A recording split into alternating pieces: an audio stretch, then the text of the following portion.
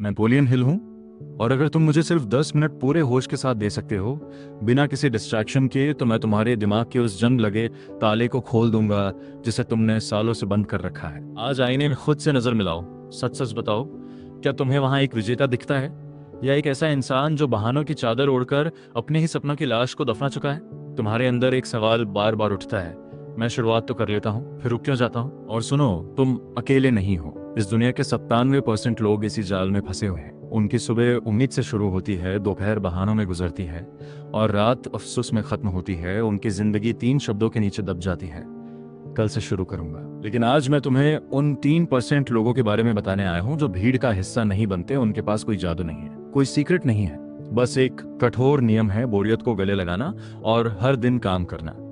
तुम्हारी असली समस्या टैलेंट की कमी नहीं है, समस्या है कि तुम मोटिवेशन के नशे के आदी हो चुके हो। जब तुम कोई वीडियो देखते हो, कोई नया आइडिया सुनते हो, तुम्हें लगता है तुम दुनिया जीत लोगे, लेकिन तीसरे दिन जैसे ही वो जोश खत्म होता है, तुम्हारा असली रूप सामने आ जाता है। और 97% लोग हार मान लेते हैं क्योंकि उन्होंने जोश को ही अनुशासन समझ लिया होता है। सच ये है कि इंसान का सबसे बड़ा दुश्मन कोई और नहीं, उसका अपना अनस्टेबल माइंड है। हर बार जब तुम खुद से किया हुआ वादा तोड़ते हो, तुम अपने आत्मविश्वास की एक ईंट गिरा देते हो, और धीरे धीरे एक दिन आता है जब तुम खुद पर विश्वास करना ही बंद कर देते हो।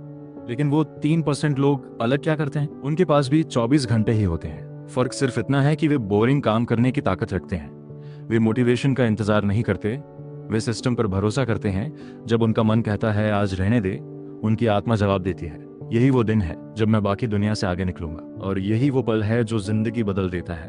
अब ध्यान से सुनो, अगर जिंदगी बदलनी है तो 7 चीजें पकड़ लो। पहला, तुम्हारा लक्ष्य क्लियर होना चाहिए। वेग नहीं, अमीर बनना है, नहीं 12 महीनों में 1 लाख कमाना है, यही फर्क आता है।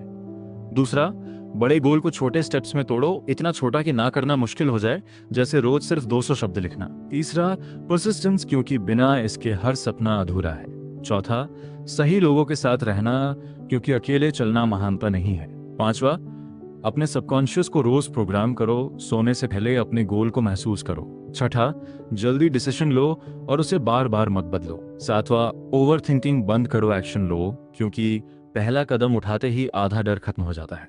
एक कारीगर की कहानी याद रखो, उसने रोज सिर्फ एक पत्थर उठाया, लोग हंसे, सालों तक कुछ नहीं दिखा, लेकिन एक दिन वही पत्थर एक भव्य मंदिर बन गया।